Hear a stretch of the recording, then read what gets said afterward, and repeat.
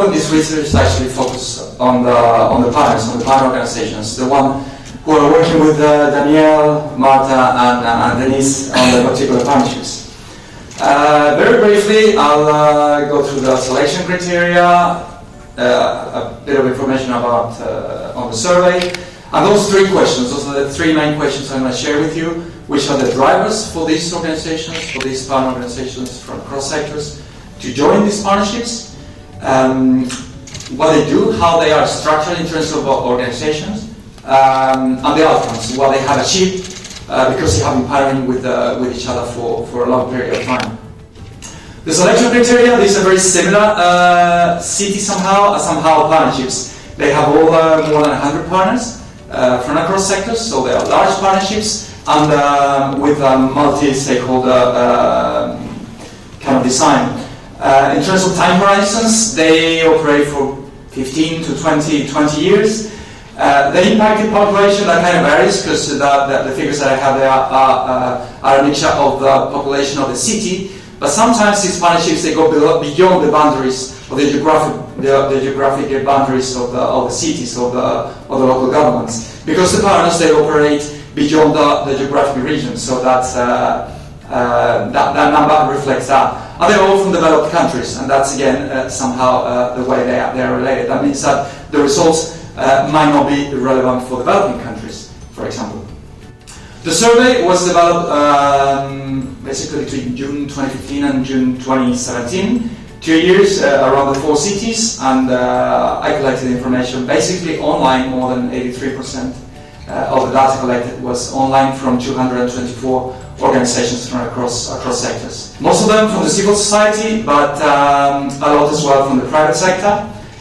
Most of them are very small, between 1 and 50 employees in terms of size. However, 20% have more than 500 employees. They have been partnering almost a half between 1 and 5 years, 25% between 5 and 10, and actually 20% of those 224 organizations for more than 10 years. And the people who responded to the survey were basically CEOs, executive directors, etc., and middle managers as well. That's part of the sample.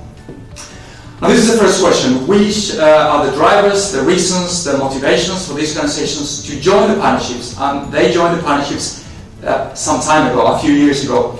And I have 5 categories, academic categories. I'm not going to go through them, but basically community, focusing on the community is what's most important for them. So they have joined these partnerships because they want to contribute positively to environmental challenges, to the sustainability of the community, to the goals of the sustainability plans. So they want to contribute really to society, and that's important, and that's it's something that I wasn't really expecting to find, to be honest.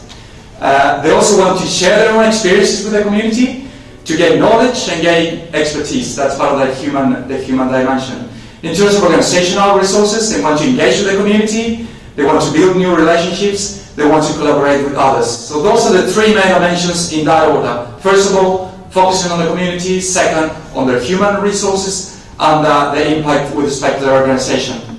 And then it's physical, improving their processes. And then at the end is their financial resources. So out of those 5 categories, the less they want is to get more funding, or making more businesses, or developing new products or services. In terms of the structure, and the question with respect to how they implement their structures, I have 2 categories here. Mostly the way they address these sustainability partnerships are through engaging in partnerships with other organizations, with the same other organizations, part of the partnerships, but also implementing plans, policies, reporting, monitoring and controlling practices, and having a cross-functional team. And the least implemented are hiring new people, or assigning more budget, or having a new department, or infrastructure, an office, etc. So they focus more on the doing than on the having, and that's important in this respect.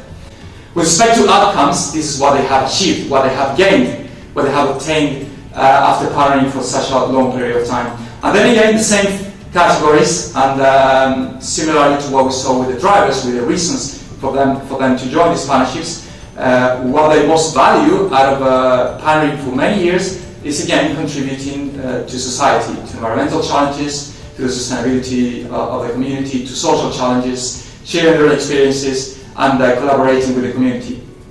And this picture pretty much shows that there is a clear connection there between what were their motivations to join these partnerships 5-10 years ago and what they have achieved throughout the years. So the partnership really, contributes for them to be successful in that respect. They achieve what they want, and that's a really good message for you that are dealing with these partnerships, with these partners. And at the same time, for those who would like to engage partners, the partnership is really powerful in that respect. Thank you.